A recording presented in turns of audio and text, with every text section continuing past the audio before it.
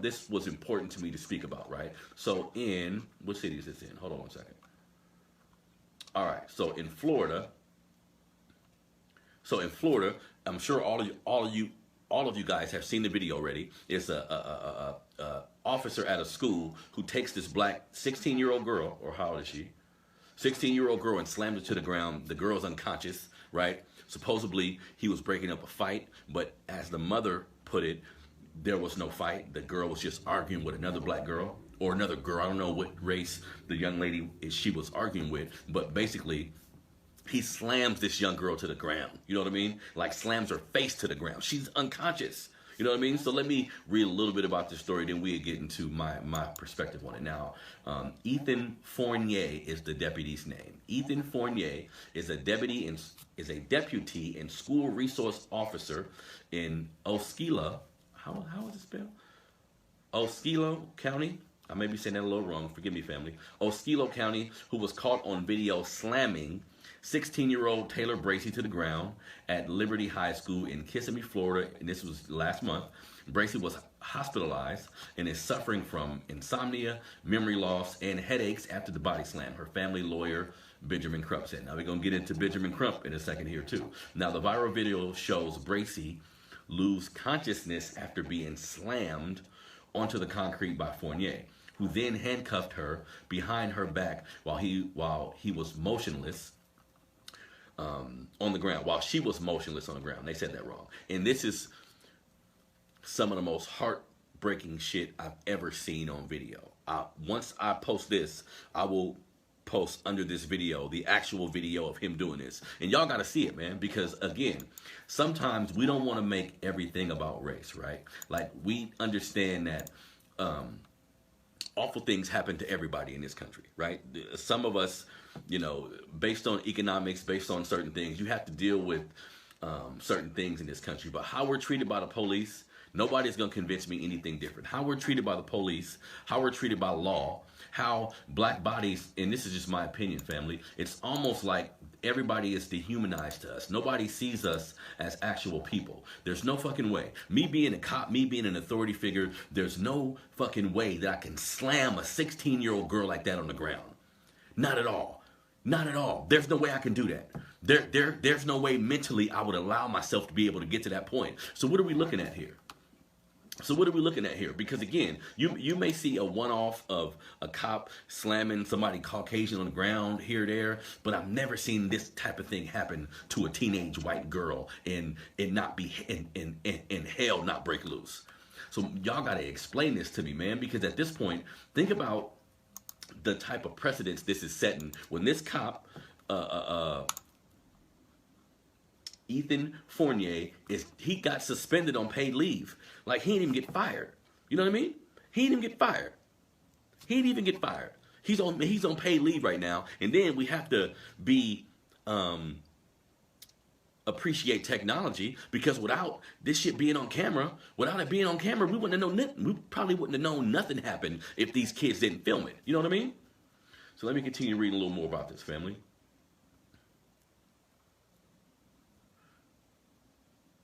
Okay, authorities said Fournier was breaking up a fight. The 33-year-old Fournier, a St. Cloud, Florida resident, is being investigated by the Florida Department of Law Enforcement, according to Osceola, I think I'm saying the name right, Osceola County Sheriff's Department. Excuse me if I'm saying the name wrong, family, for everybody who live there. Now, the mother was saying, because they tried to paint the narrative that cop was breaking up a fight. Like, the girl was fighting somebody. He had to grab her. Even if she was fighting somebody, there's no goddamn way he should have slammed her on the ground like that, right? But the mother is clarifying it, saying, my daughter is having headaches, blurry vision.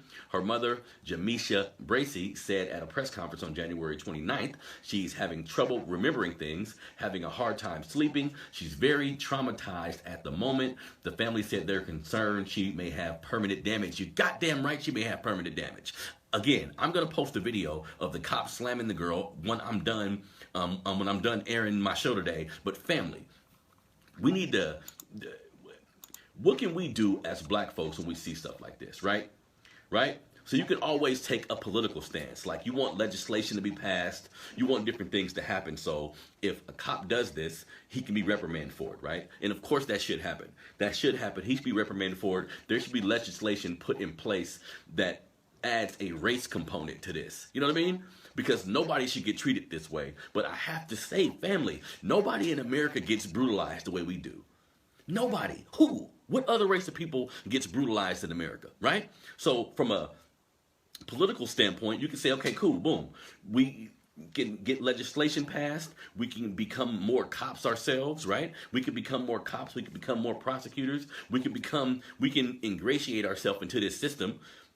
Righteous black people can ingratiate ourselves into this system so then we can be more effective, right? So we can look at all these political ways to go about doing it. But at the end of the day, family, we need to begin to understand the importance of us loving each other. Like us getting back to loving each other and being down for each other and create an infrastructure.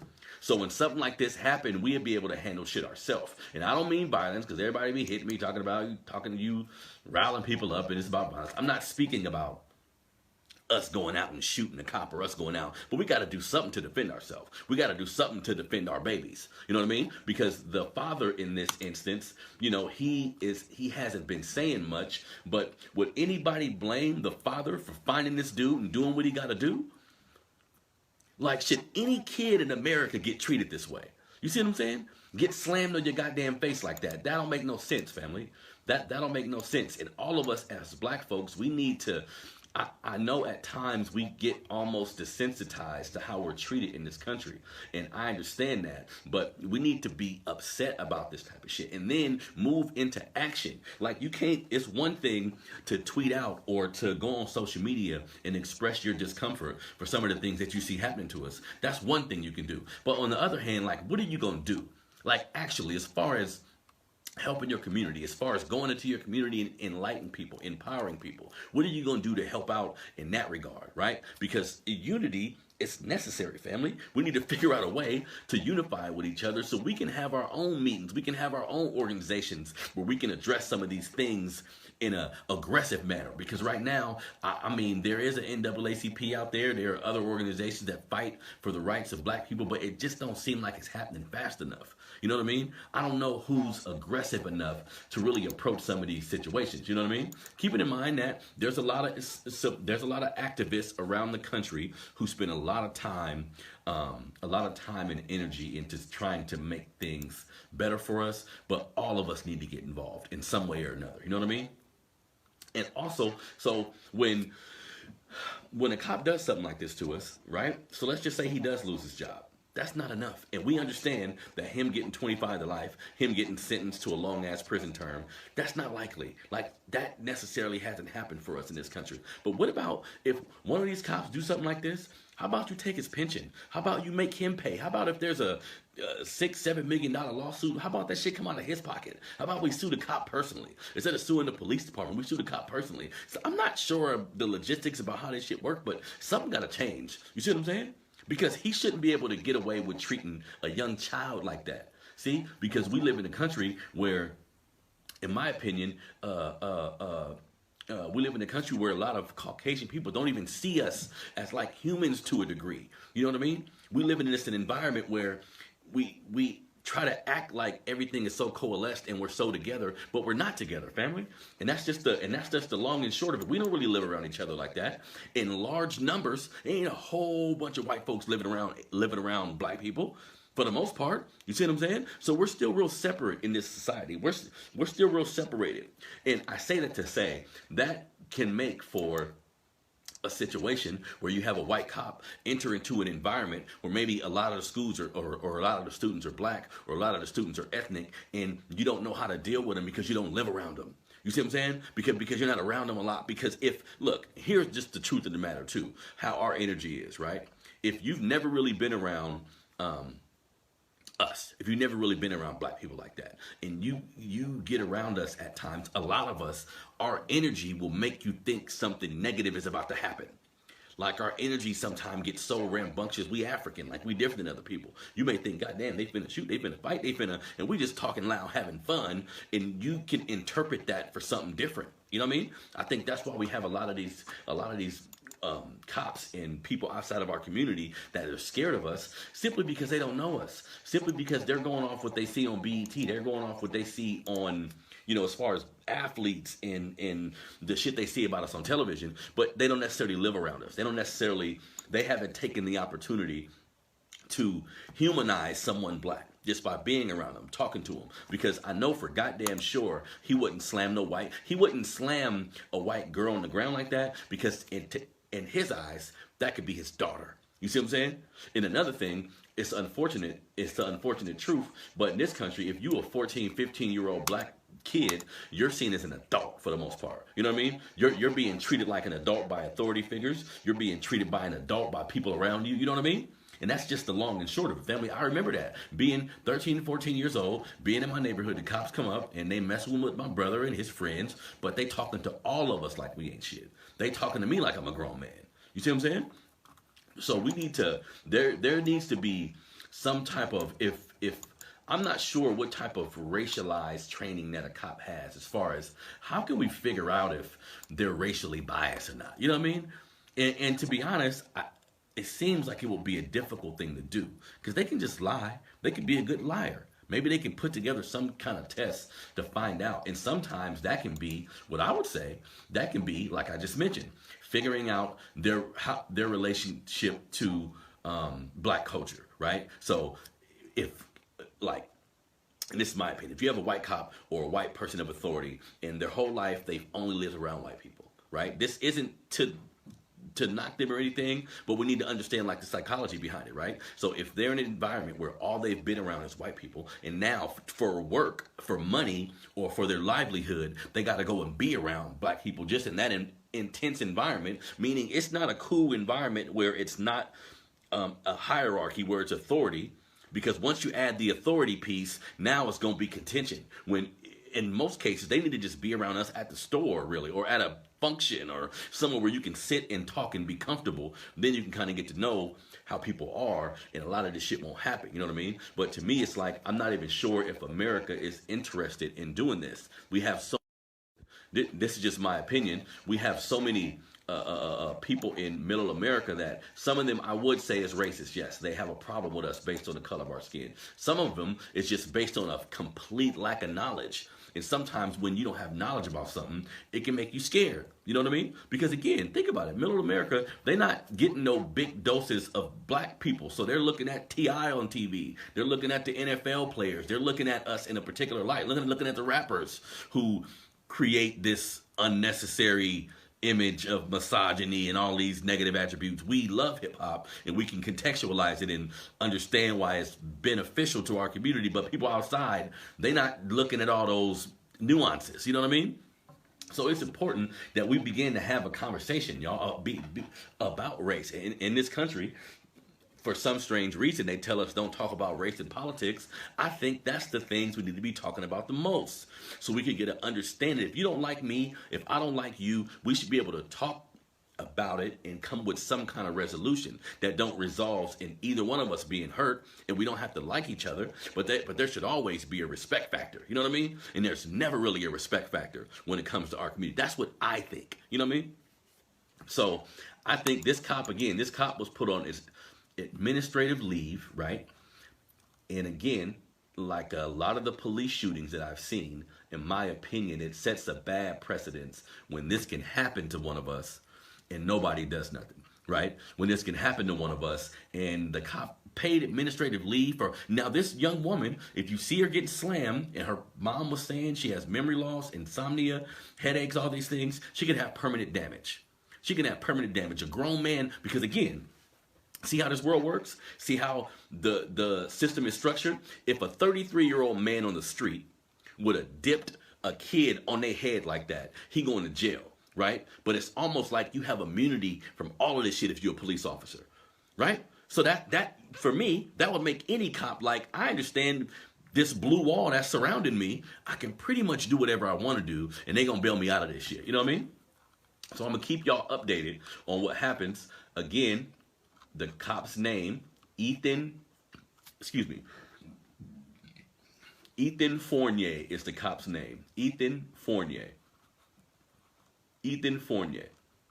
And the bottom line is because we always have to be contextual and understand that, you know, all cops aren't bad. That's definitely not something that you can say with clarity and certainty, right? Like all cops aren't bad. But what do you call someone that's a part of like a racist institution, or what do you call someone that's a part of a unhealthy institution, right? If you're a part of a unhealthy institution and you know it's unhealthy, there's some blame there for you as well, right? Like you're an adult. I understand how this works, where you are a cop and you guys are fighting together. You guys are on the front line together. You guys are going through a lot of traumatic things together or whatever. That don't mean you get to mistreat citizens. You see what I'm saying? And especially some of these white cops, I think, like I said, they need to get some type of racialized training based on, and it should be based on their upbringing. If you've never been around black people, I don't expect you to be around us in a hostile incident or a hostile situation and conduct yourself with love and care and empathy. You know what I mean? So I'll keep y'all updated on this story, man. I'm not hopeful that anything productive will come out of this. Now, the family has hired Benjamin Crump. I've came on this platform before and spoke negatively about Benjamin Crump because it looks to me as if he is just attempting to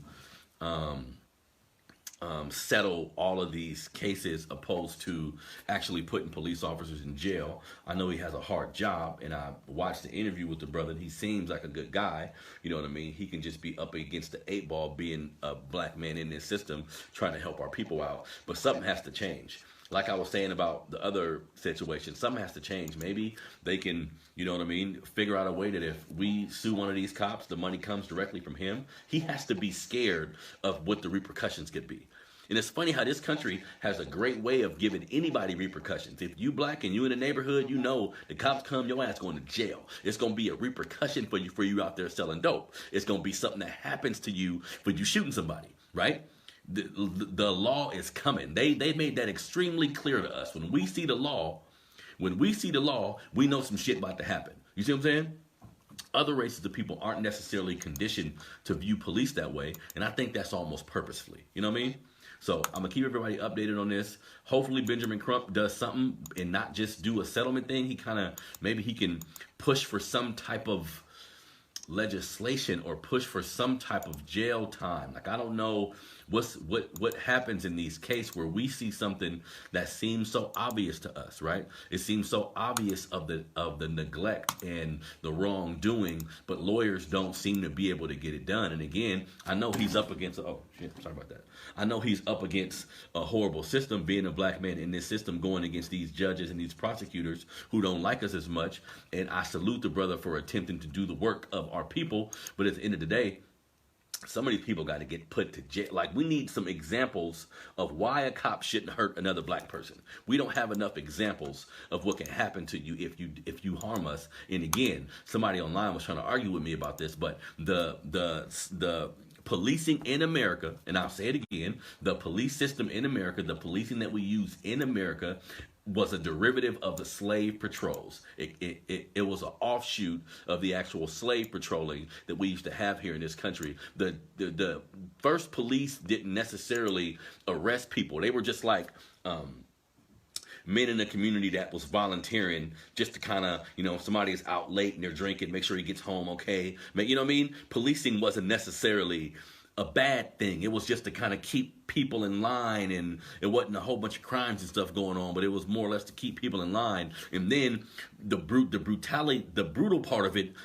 came when they had to be used as slave patrolling as well. You know what I mean? That's when they became violent, when it became some shit about us. You know what I mean? So I can't help but look at the historicity of it all and not think that some of that's still ingrained in the police forces that we have today. And the question is, what are we going to do about it? You know what I mean? Like, do we tell our children, do we raise our kids to be men and women who love black people, and we tell them to be cops, right? Do we encourage our family members to be cops so we can get like somewhat of a fair treatment? Because I do think if you went to our neighborhoods and 89-90% of the people patrolling the neighborhood were guys from the neighborhood, you would get a much better result. Granted, all skin folk ain't kinfolk, so there could be there could be one-offs where you get someone black from the neighborhood but feels he has to be more brutal and feel he has to be more ruthless just to kind of show off to his white counterparts. That can happen. But in general, familiarity needs to be created in a lot of these instances, right? So it pissed me off to see this man treat our babies like this. And like I said about the other story, what if this young girl's father decided to take this shit into his own hands? Could we blame him? Could we be mad at him? Could we be outraged or any of that type of shit? I don't want violence on nobody, but sometimes violence begets violence. Like, we're asked to be so calm, and we're asked to use tact when we getting shitted on. We're asked to use tact when we're getting killed and we're getting slaughtered.